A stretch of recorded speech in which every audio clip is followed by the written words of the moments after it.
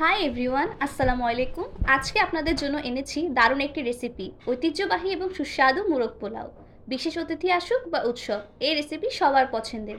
আমাদের চ্যানেলে নতুন হলে অবশ্যই সাবস্ক্রাইব করবেন এবং পাশে থাকা বেল আইকন প্রেস করে রাখবেন। চলুন কথা না বাড়িয়ে শুরু করা যাক। আমি এখানে 4 কেজি মাংস ভালোভাবে ধুয়ে নিয়েছি। ধুয়ে নিয়ে 2 চামচ ফুড কালার, 1 চামচ লবণ ও হাফ কাপ পরিমাণ টক দই দিয়ে ভালোভাবে মেখে নিয়েছি। 10 মিনিটের জন্য ঢাকনা দিয়ে রেখে দিয়েছি। 2 কেজি পোলাও চাল রান্না করার জন্য আমি এখানে পরিমাণ মতো পানি নিয়েছি।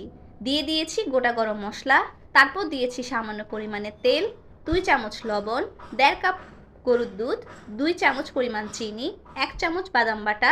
এটি অপশনাল, আপনারা চাইলে স্কিপ করতে পারেন। তারপর দিয়েছি 2 চামচ আদা রসুন বাটা, পেঁয়াজ কুচি, 4-5টা কাঁচামরিচ, 1 চামচ কেওড়া জল ও সামান্য পরিমাণে ঘি। পানিতে যখন বলক উঠে যাবে, ধুয়ে রাখা পোলাও চালগুলো দিয়ে হালকা নেড়ে চেড়ে ঢাকনা দিয়ে রেখে দিব। পোলাও চাল রান্না হতে হতে আমাদের ম্যারিনেট করা মাংসগুলো ভেজে নিব। মাংসগুলো উল্টে পাল্টে নেড়ে চেড়ে ভেজে নিব।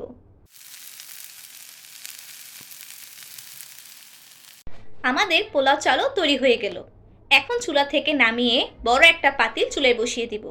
মাংস ভেজে রাখা অবশিষ্ট তেল দিয়ে দিব। তারপর গোটা গরম মশলা ও পেঁয়াজ কুচি দিয়ে হালকা নেড়েচেড়ে 2 চামচ আদা রসুন বাটা, 2 চামচ বাদাম বাটা, 1 চামচ ধনিয়া গুঁড়া, 1 চামচ জিরার গুঁড়া, 2 চামচ গরম মশলা, 2 চামচ লাল মরিচ, 1 চামচ হলুদ দিয়ে হালকা নেড়েচেড়ে সামান্য পরিমাণে পানি দিয়ে মিশিয়ে নিব। 2 চামচ লবণ দিয়ে দিব।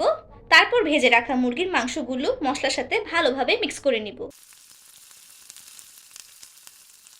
তারপর পেঁয়াজ বেরেস্তা ও কয়েকটি কাঁচা মরিচ দিয়ে নেড়ে চেড়ে নিয়ে 1 চামচ চিনি, 1 চামচ ঘি, 1 চামচ গোলাপ জল ও 1 কাপ দুধ দিয়ে ভালোভাবে মিশিয়ে নিব।